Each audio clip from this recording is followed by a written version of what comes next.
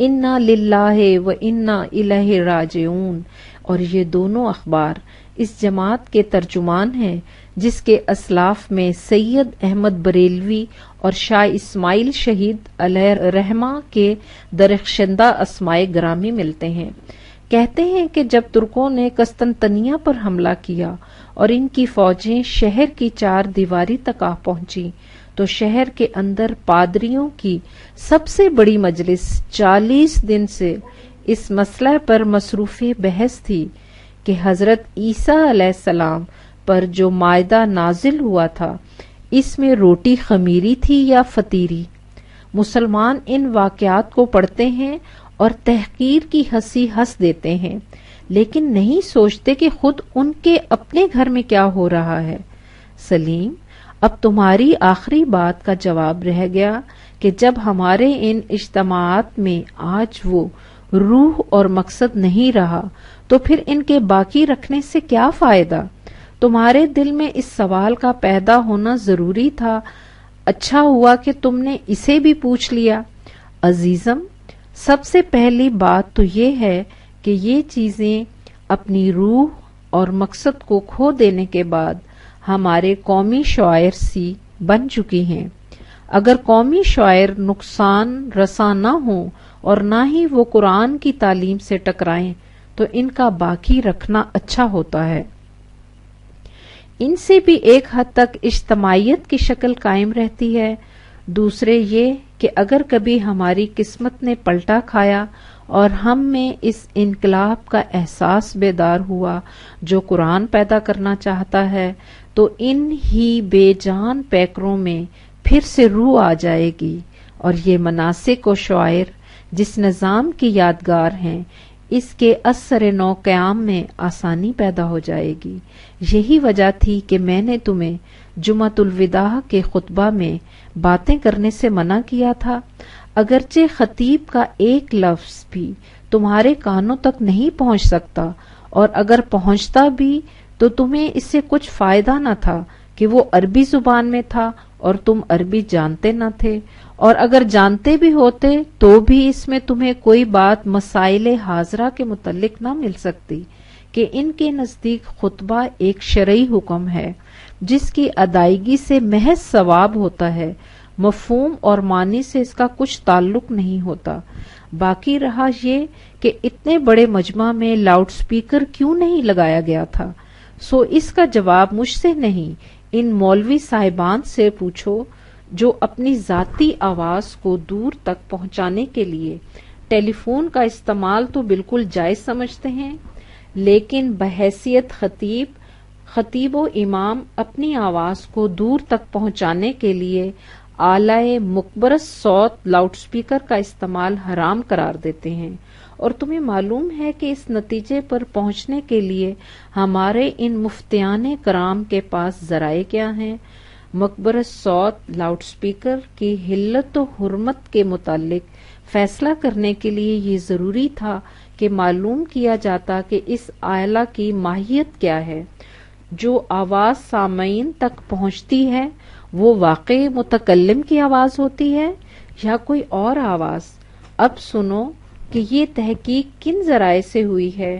ہمارے دینی مرکز یعنی دارالعلوم دیوبند کے ایک مفتی صاحب نے ان فتاوی کا ایک مجموعہ شائع فرمایا ہے جن میں عبادات مقصودہ کے لیے اس آلہ کی حرمت کا فیصلہ کیا گیا۔ اس رسالہ البدیع المفیدہ فی حکم الصناع الجدیدہ کے صفحہ 20 پر درج ہے کہ الیگزینڈر ہائی اسکول بھوپال کے سائنس ماسٹر جناب برج نندن لال صاحب سے دریافت کیا گیا۔ وہ فرماتے ہیں کہ برقی قوت کی وجہ سے میں تو کم از کم یہ ماننے میں تعامل کرتا ہوں کہ اصل آواز ہے، اور اس کا انکار بھی مجھ سے ممکن نہیں کہ ثبوت مشکل ہے۔ یہ ہیں وہ ذرائع تحقیق مفتیان کرام کے جن کی بنا پر علت و حرمت کے فیصلے صادر ہوتے ہیں، اور یہ حضرات ان اسلاف کے جانشین ہونے کے مدعی ہیں جن کے متعلق قرآن کریم نے فرمایا وَسَخَّرَ لَكُم مَّا فِي السَّمَاوَاتِ وما فی الارض جمیعا منہ، آیت نمبر 45/13۔ کائنات کی پستیوں اور بلندیوں میں جو کچھ ہے سب تمہارے لیے مسخر کر دیا گیا ہے۔ اب سلیم تم خود سمجھ جاؤ گے کہ قرآن ہمیں کہاں لے جانا چاہتا ہے اور ہم کہاں ہیں۔ والسلام۔ پرویز، دسمبر 1939۔